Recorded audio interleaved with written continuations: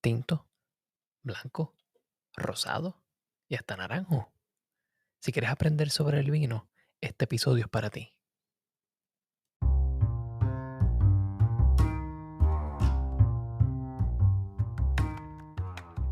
Bienvenidos al Food Engineer Podcast, un podcast dedicado a la exploración de alimentos y bebidas fermentadas.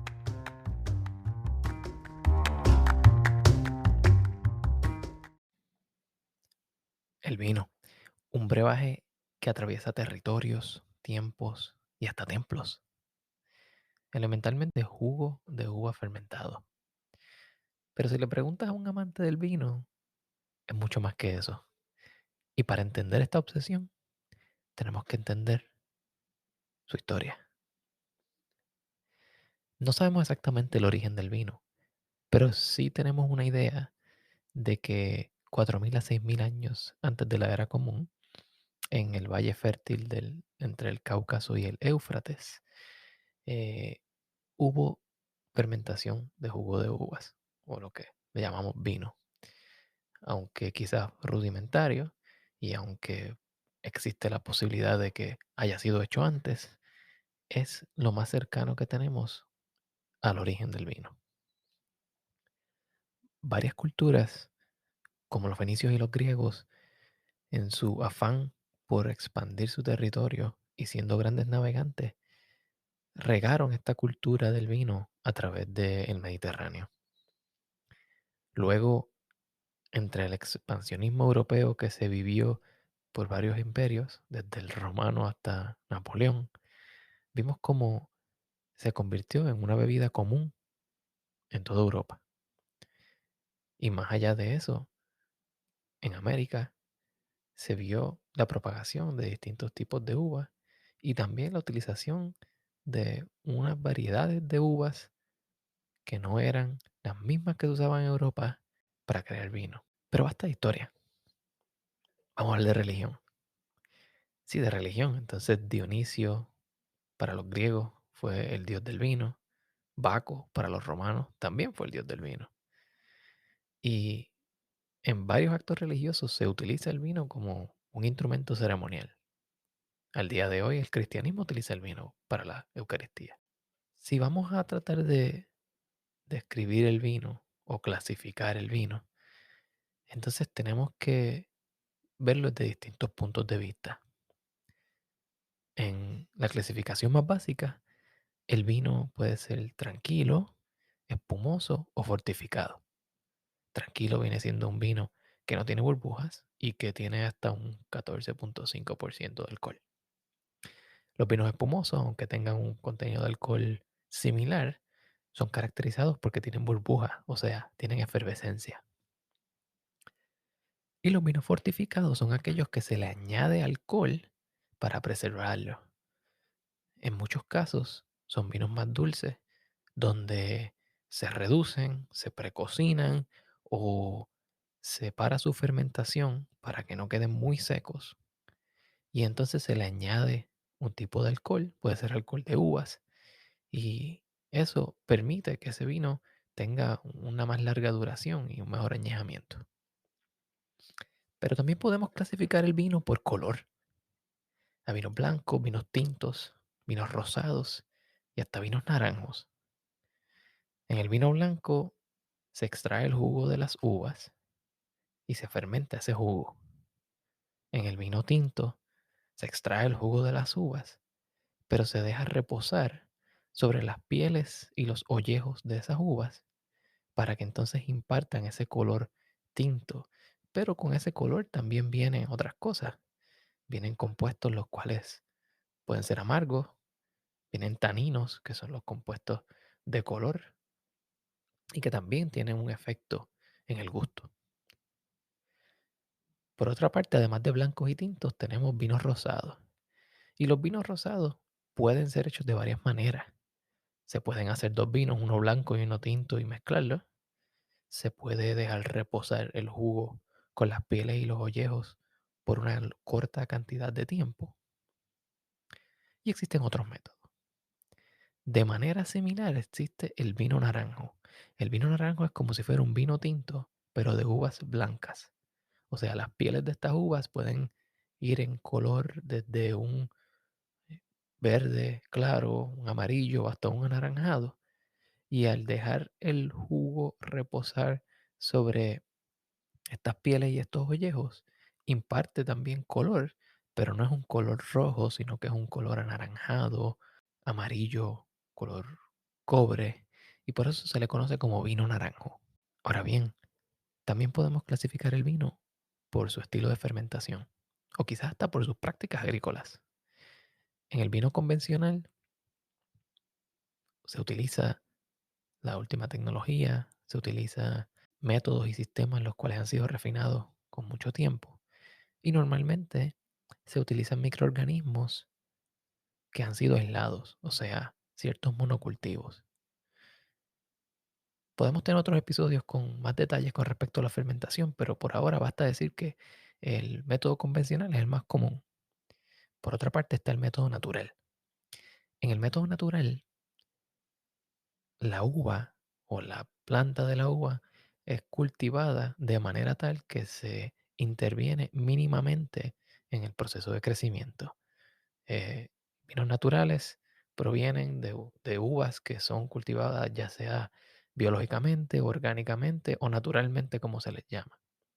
Es necesario decir que estas definiciones son un poco grises y natural, biológico y orgánico son como tres círculos que se solapan un poco, pero no necesariamente son iguales. Cuando hablamos de vino, tendemos a escuchar el término viejo mundo versus nuevo mundo. Y en general nos referimos al viejo mundo como cualquier región de vinos o cualquier región que crezca uvas que lo haya estado haciendo por más de 450 años. Y como regla general, la mayor parte de esos lugares están en Europa, aunque sabemos que hay otros lugares donde ha sido cultivada la uva por mucho tiempo. En el Nuevo Mundo, por otra parte, tenemos los países que tienen cultivo de uvas por menos de 450 años, es decir, América del Norte, América del Sur, Sudáfrica, Nueva Zelanda, países que tienen una cultura de vino mucho más joven. Cabe notar que en el Nuevo Mundo es más común identificar a los vinos por el tipo de variedad. Y cuando hablamos de variedad nos referimos a la variedad de la uva. Existen sobre 1.300 tipos de variedades de uva. Y cuando vamos a un supermercado, vamos a nuestra tienda de vinos favorita, podemos conseguir quizás un Malbec de Argentina, quizás podemos conseguir un Chardonnay de California y así por el estilo. Es un poco más fácil tomar una decisión porque algunos de nosotros estamos más acostumbrados al perfil de sabores que están asociados con cierto tipo de uva. Sin embargo, en el viejo mundo es un poquito más complejo. En algunos lugares como en Francia se tiende a utilizar el nombre de la región para identificar el vino.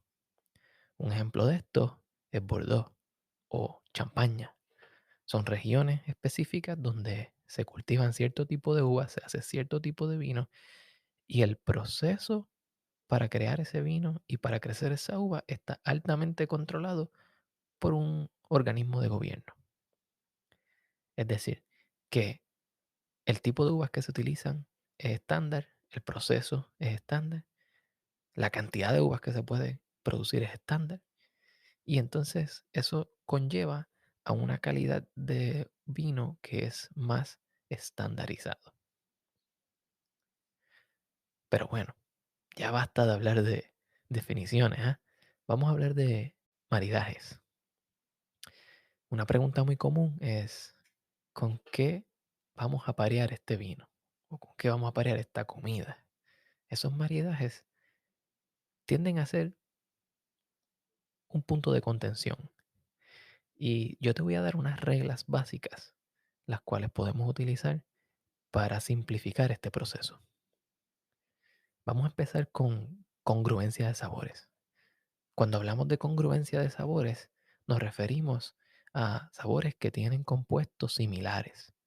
Si estamos hablando de sabores complejos, como carne de res y champiñones, pues quizás podemos pensar en unos vinos que tienen sabores similares, que tienden a ser más intensos, más oscuros eh, y hasta un tanto umami. Y si quieres saber sobre umami, puedes escuchar el otro episodio sobre degustación de cervezas. Por otra parte, tenemos el contraste. Cuando hacemos un maridaje basado en contraste, buscamos sabores los cuales contrarrestan otros sabores que están en la bebida o en la comida. O sea, a veces tratamos de utilizar eh, limón con el pescado. De tal manera podemos utilizar un vino blanco que tiende a ser ácido con pescado, porque es un contraste el cual ya relacionamos como algo delicioso. Cuando hablamos de maridajes, también hablamos de maridajes complementarios. En los maridajes complementarios, a diferencia de los congruentes, tenemos menos cosas en común. Como dije de ejemplo anteriormente, un maridaje congruente podría ser carne de res y champiñones, pero en un complementario podría ser algo así como limón y leche de coco. Son sabores ligeros, son unos ácidos y otros cremosos, pero no tienen tanto en común. Sin embargo, los identificamos como una buena pareja. Otra regla muy importante es intensidad. Tendemos a maridar sabores intensos con sabores intensos y sabores ligeros con sabores ligeros. De esta manera podemos tener un vino que sea blanco, ligero, con un perfil un poco ácido y quizás con poca azúcar residual. Y lo podemos variar con algo ligero como un pescado, una carne blanca o un entremés que no tenga sabores muy intensos. Del otro lado, tenemos sabores intensos juntos, como un vino tinto que tiene muchos taninos, que tiene sabores intensos y lo podemos variar con algo así como una carne de res con una salsa. Y esto de la salsa me lleva a mi próximo punto. Se dice que cuando planificas un maridaje entre vino y comida, puedes también enfocarte en parear el vino con la salsa y no necesariamente con la carne per se. Si tenemos un vino que tiene sabores frutosos, y recuerda que sabor es la combinación de gusto y olor, podemos buscar una comida o una salsa que sea frutosa también. Es decir, si estamos cocinando un pato rostizado con una salsa a base de cerezas, pues un vino que tenga esas características va a ser un buen maridaje porque atrae esos sabores. Y en cierta manera es un sabor complementario, como dijimos anteriormente. También existen unas reglas generales sobre vinos rojos con carnes rojas, vinos blancos con carnes blancas. Y si bien es cierto que este tipo de maridaje no está escrito en piedra, tiende a ser una buena guía genérica para escoger nuestros maridajes. Así que podemos, con un vino blanco de un perfil ligero, podemos hacer un pescado como una tilapia, un bacalao. Cuando tenemos pescados un poco más grasos, como el salmón o la trucha, requiere un vino que tenga un poco más de intensidad, porque como dijimos anteriormente, intensidad se parea con intensidad. Similarmente, una carne salvaje como pato, ganso, venado, tienden a parear mejor con un vino que sea fuerte en perfil de sabores. Y mi último punto en maridaje es el siguiente: amargura con grasa. ¿A qué me refiero con esto? Cuando tienes un sabor amargo en el vino, un sabor que puede ser también un tanto astringente en muchos casos, podemos utilizar la grasa para contrarrestar el efecto tanino, el efecto amargo o el efecto astringente. O sea, que en una preparación grasa, como unos entremeses fritos, quesos que sean grasosos como el brie, o inclusive hasta salsas que sean grasas como una salsa de champiñones terminada con mantequilla, podemos utilizarla con un vino que tienda a ser más astringente, más tánico o hasta más amargo. porque tiene un efecto de contrarrestarse. Espero que estos puntos te ayuden a escoger un mejor vino para tu próxima comida. Si tienes dudas, preguntas o comentarios, puedes conseguirme en mis redes sociales en facebook.com/, el ingeniero del sabor, en Instagram como _food engineer, o me puedes escribir a mi correo electrónico thefoodengineerpodcast@gmail.com. También puedes visitar mi sitio web thefoodengineerpodcast.com. Hasta luego.